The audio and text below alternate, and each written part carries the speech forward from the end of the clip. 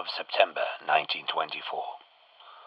After investigating the theft of an ancient Indian ritual knife from the Miskatonic University Museum, I found myself in a desolate forest adjacent to the small lake town of Esbury. Cloaked in robes, the suspected thief stood chanting a strange, nearly unpronounceable mantra, his figure framed by an ancient and long-forgotten henge unknown to any record or map. The structure contained several large stones covered in petroglyphs, and in the center, a very large monolith stretched towards the sky. This was the chanter's focus. My investigation so far has led me to believe that the suspect is a devotee to a strange ancient deity by the name of Bokrug. 7th of September, 1924. The robed thief has chanted tirelessly, without sleep or nourishment, through the long night. Now, as dusk falls again, more and more robed devotees have gathered to join him in the ritual. Now and then, strange colors flicker across the sky, and a weird, unsettling energy fills the air, like the tension of static electricity. The first petroglyph, from the ground up on the monolith, seems to be bleeding, though I know that cannot be.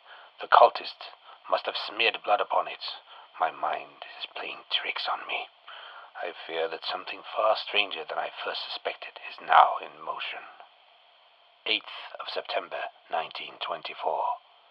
The number of devotees has more than doubled. They chant in a rhythm that seems to vibrate the very stones beneath my feet. The monolith now pulses faintly, yes, pulses, as if with a heartbeat not of this earth.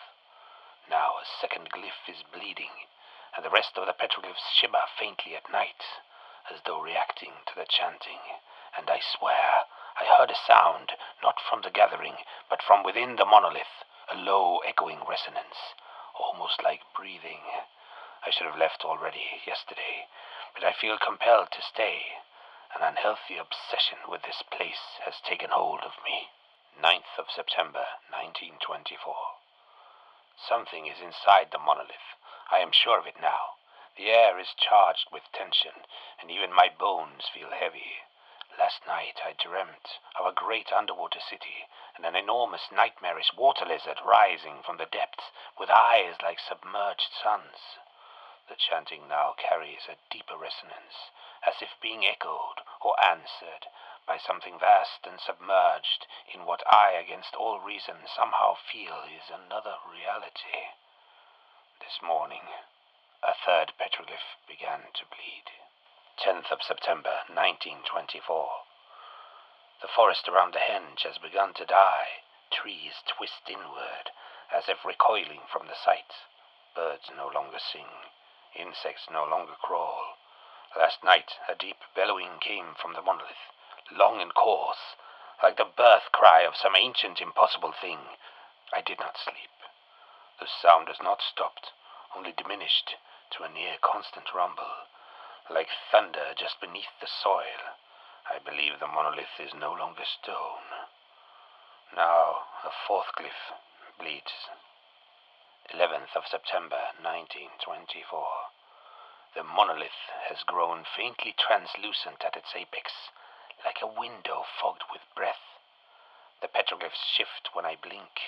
I cannot bear to look long today, as the glyphs begin to move of their own accord, writhing like eels, and beneath it all the sound, louder, rhythmic, a voice with no words, only intention, pressing against the walls of my mind. The fifth glyph runs red. 12th of September, 1924. Tonight, one of the devotees vanished. He stepped forward, placed both hands on the monolith, and was simply gone. No flash, no noise, just absence. I was close enough to feel a pull, like the suction of a great tide, and then the voice came, not through my ears, but through my teeth, my bones, my blood. It is calling us together, to bear witness. I fear I'm no longer an observer.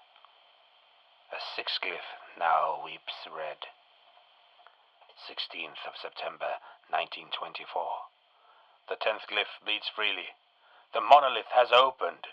The top of the monolith tore itself open like a mouth, and from it spilled a spiraling chaos of light and color, utterly wrong to my human senses. A portal to something vast, wet, and infinite. The devotees cast themselves upward, lifted like puppets by unseen strings, vanishing into that whirling void. The sound is everywhere now. It is me. I am vibrating apart, piece by piece. There are no thoughts left, only the will of Bokrug. The robed devotees are not a cult. They are a gate, and I